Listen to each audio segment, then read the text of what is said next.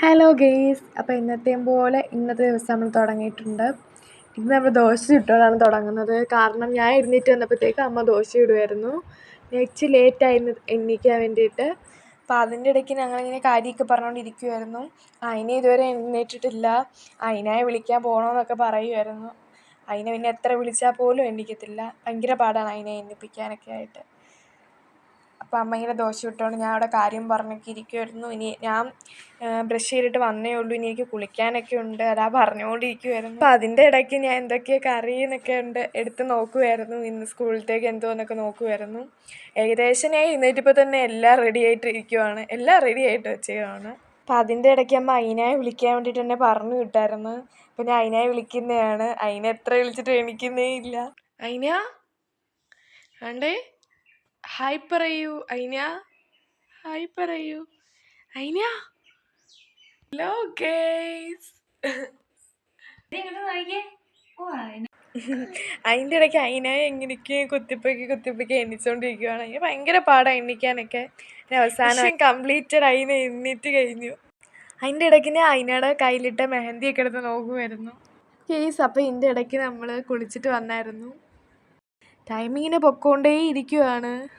നമുക്കിനി ഒരുങ്ങിയൊക്കെ വേണം. ഞാൻ യൂണിഫോമൊക്കെ ഇട്ടു. ഇനി നമുക്ക് ഒരുങ്ങണം. അപ്പോൾ ആദ്യം തന്നെ ഞാനൊരു സൺസ്ക്രീനാണ് ഇവിടെ ഇടുന്നത്.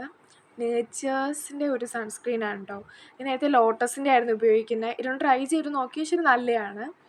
നേച്ചേഴ്സ് എസൻസ് സൺബാൻ നോൺ ഓയിലിയാണ്. 50 SPF ആണ്. 97% UVB റേസ് ആണ്. അത്യാവശ്യം നല്ല പ്രൊട്ടക്ഷൻ തരുന്ന, പേഴ്സണലി ഇഷ്ടപ്പെട്ട നല്ലൊരു പ്രൊഡക്റ്റാണിത്. എല്ലാവരും ഒന്ന് ട്രൈ ചെയ്ത് നോക്കുക. അതുപോലെ തന്നെ ഡെർമറ്റോളജി ടെസ്റ്റഡും ആണ്.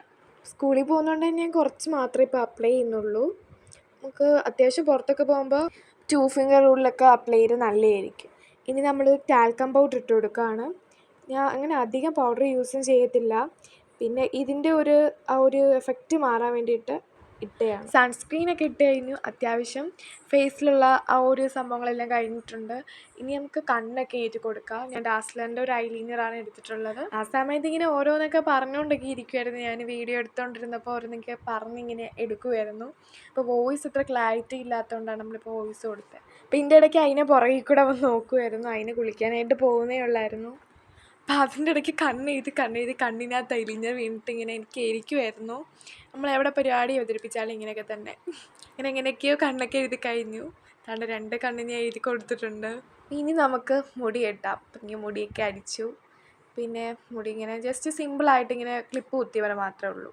അപ്പം നമ്മുടെ അത്യാവശ്യം എല്ലാം മേക്കപ്പ് എല്ലാം കഴിഞ്ഞിട്ടുണ്ട്. ഇപ്പോൾ ഒരു ഗെറ്റ് റെഡി വിത്ത് മീ ആയെന്ന് തോന്നുന്നു എടുത്ത അവസാനം. അങ്ങനെ കഴിക്കാനായിട്ട് ഞാൻ പോവുകയാണ്. ദോശയും ചമ്മന്തിയായിരുന്നു രാവിലെ കഴിക്കാൻ തന്നത്. അപ്പം അത് കഴിച്ചുകൊണ്ടിരുന്നപ്പോൾ അതിന് ഓരോന്നൊക്കെ ഇങ്ങനെ പറഞ്ഞ് ഉടക്കിക്കൊണ്ടിരിക്കുമായിരുന്നു. ഫുഡൊക്കെ നമ്മൾ വേഗം കഴിച്ചിട്ട് ഞാൻ ഇറങ്ങി. സ്കൂളിൽ പോവാണ്. അപ്പോൾ നമുക്ക് വന്നിട്ട് കാണാവേ.